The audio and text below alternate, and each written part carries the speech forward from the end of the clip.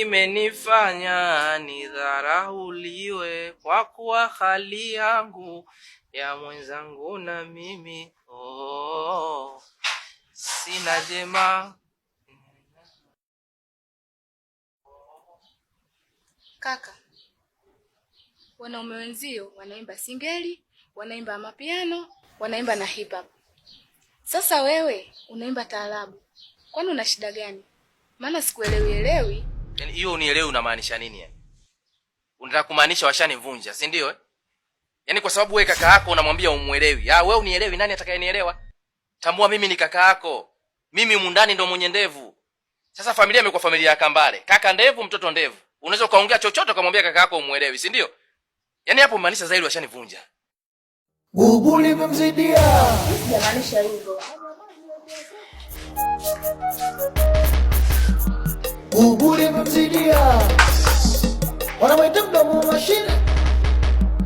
Gugu limemzidia. Anyamazi ya DSF.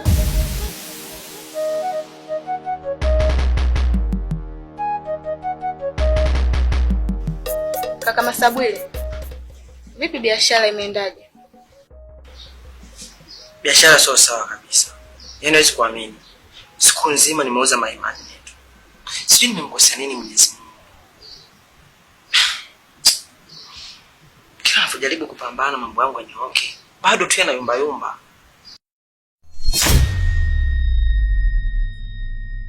Hakuna haja kukufuru. Leo umeuza mayai 4. Mungu kesho anaweza kukujalia ukauza tray zima. Alafu watu wanasema riziki ni mafungu 7. Wewe umebakisha 6. Endelea kupambana kakaangu. Huenda Mungu akakusaidia. Riziki mafungu 7 wapi bwana? Wanamwita mdomo mashine.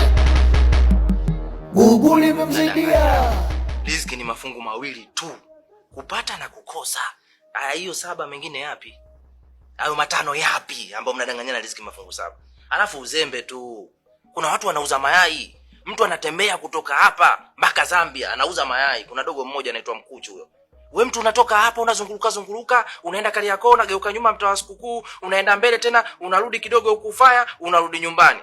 Alafu unasema wewe nimezunguluka, nimechoka, nimeuza mayai 4. Wewe una akili sawa sawa? Umelogwa nini wewe? Kaka, hebu acha kusema hivyo basi. Unajua napambana sana. Yaani nimezunguka kila mtaa unaojua wewe.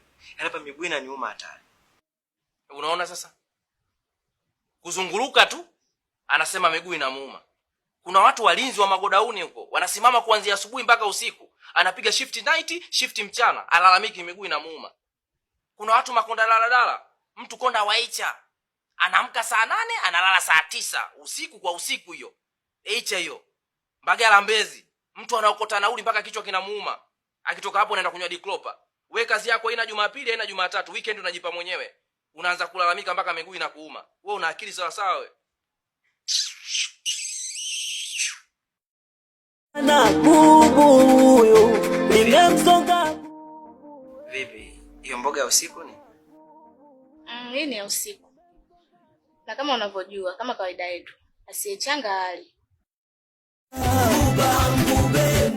Wewe mganga mweza kona takada. Yaani dawa nataka dawa. Kwa hiyo hata nikichambua tembele je? Haushi. Aya. Wewe mganga mweza kona takada.